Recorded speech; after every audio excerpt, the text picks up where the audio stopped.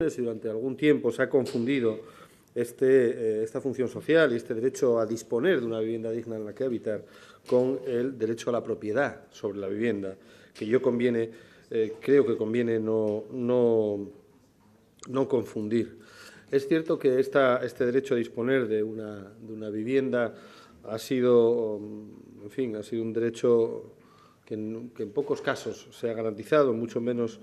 viniendo de la época de la burbuja inmobiliaria en la que hemos vivido inmersos a lo largo de toda una década, por lo menos, ¿no? Y que precisamente esa burbuja inmobiliaria ha dejado un reguero de afectados, de miles de personas afectadas en ese derecho a disponer de una vivienda digna. Personas a las que en muchos casos a lo mejor se les empujó a un endeudamiento hipotecario absolutamente inasumible y que contribuyó en buena medida a aumentar esa dualidad entre aquellas personas que podían acceder a un derecho a esta vivienda digna y los que no. Nosotros hemos venido defendiendo desde hace mucho tiempo, desde hace muchos años, tres líneas fundamentales para defender este derecho a disponer de una vivienda. La primera, potenciar el alquiler de las viviendas, tanto a través de medidas que dinamicen e incrementen la seguridad jurídica en el mercado del alquiler, algo que parece que hoy es secundario, pero que no hace tantos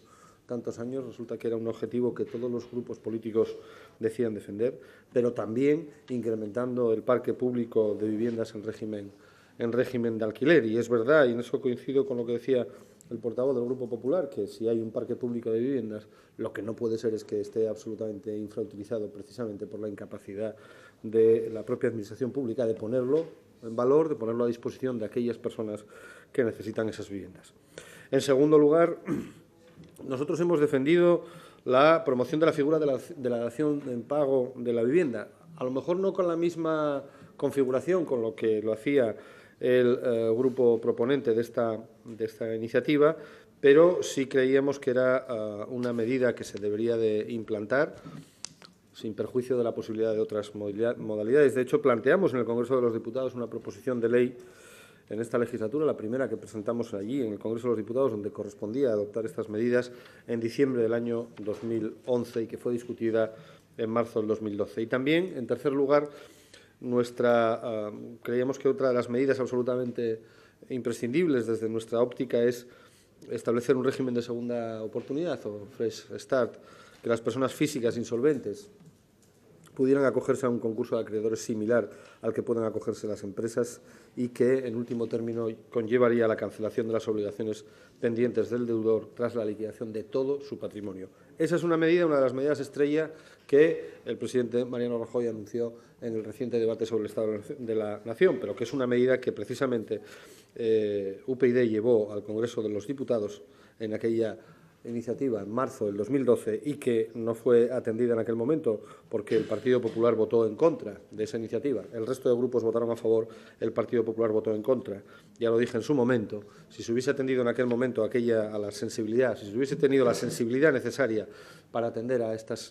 las situaciones de tantas personas expulsadas de sus viviendas y que además continuaban comprometiendo la totalidad de su patrimonio e impidiéndoles rehacer su vida, si se hubiese tenido esa sensibilidad, se hubiese votado entonces a favor de aquella medida y no ahora cuando se acercan las fechas electorales. Estas tres medidas son las que nosotros creemos que configuran una verdadera red de protección para ese derecho a disponer de una vivienda digna. De esas medidas hay algunas que le corresponde efectivamente a la Administración autonómica, que al final es un poco quien ejecuta las políticas de viviendas. Y también es cierto que hay que constatar que en esta legislatura la política autonómica en materia de vivienda ha estado absolutamente ausente de la agenda del Gobierno asturiano. Ha sido una política para ellos absolutamente residual. Que se pida ahora estas medidas, este conjunto de propuestas, estas 6 propuestas, bueno, probablemente no sé si la eficacia será muy alta a las alturas de la legislatura en la que nos encontramos, pero bueno, nosotros estamos de acuerdo con este contenido, con el contenido de las 6 que se proponen, remover los obstáculos administrativos que impiden o dificulten la dación en pago cuando se hubiese alcanzado un acuerdo. Es increíble que si hay un acuerdo entre deudor y acreedor hipotecario, sea la propia Administración la que con algún tipo de requerimiento de carácter burocrático administrativo torpedee ese acuerdo. Parece que, en fin, estamos en un proceso casi del proceso de Kafka, ¿no? La burocracia kafkiana que impide precisamente que avance lo más difícil, que es el acuerdo entre acreedor y deudor. Por lo tanto, ¿cómo no vamos a votar a favor? Lo de ampliar el plazo máximo de los contratos de alquiler de viviendas de urgencia. Es evidente que las situaciones de urgencia se están dilatando en el tiempo porque, en fin, esa recuperación económica que aparece en las cifras macroeconómicas no se traslada a la vida de las personas y, por lo tanto, esa urgencia, lo que podía ser una urgencia, en algunos casos se está convirtiendo en permanencia y hay que seguir manteniendo esos contratos de alquiler. Y, en fin, el conjunto de las medidas estamos de acuerdo, nos parecen razonables y necesarias en el contexto actual, ya digo, un contexto en el que las señales de recuperación en las principales magnitudes macroeconómicas, desde luego, no se corresponde con la recuperación que experimenta la gente en su vida, la gente de la calle. No obstante, sí es cierto que estas medidas, la mayoría de ellas, necesitan de un elemento fundamental, que es el que a nosotros nos introduce muchas dudas,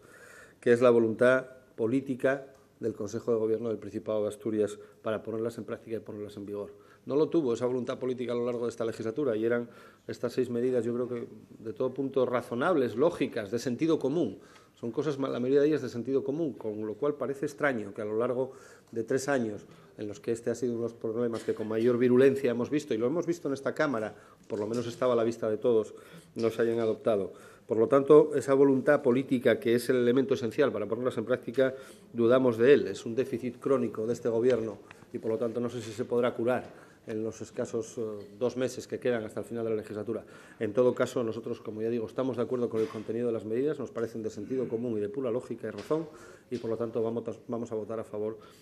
de esta iniciativa.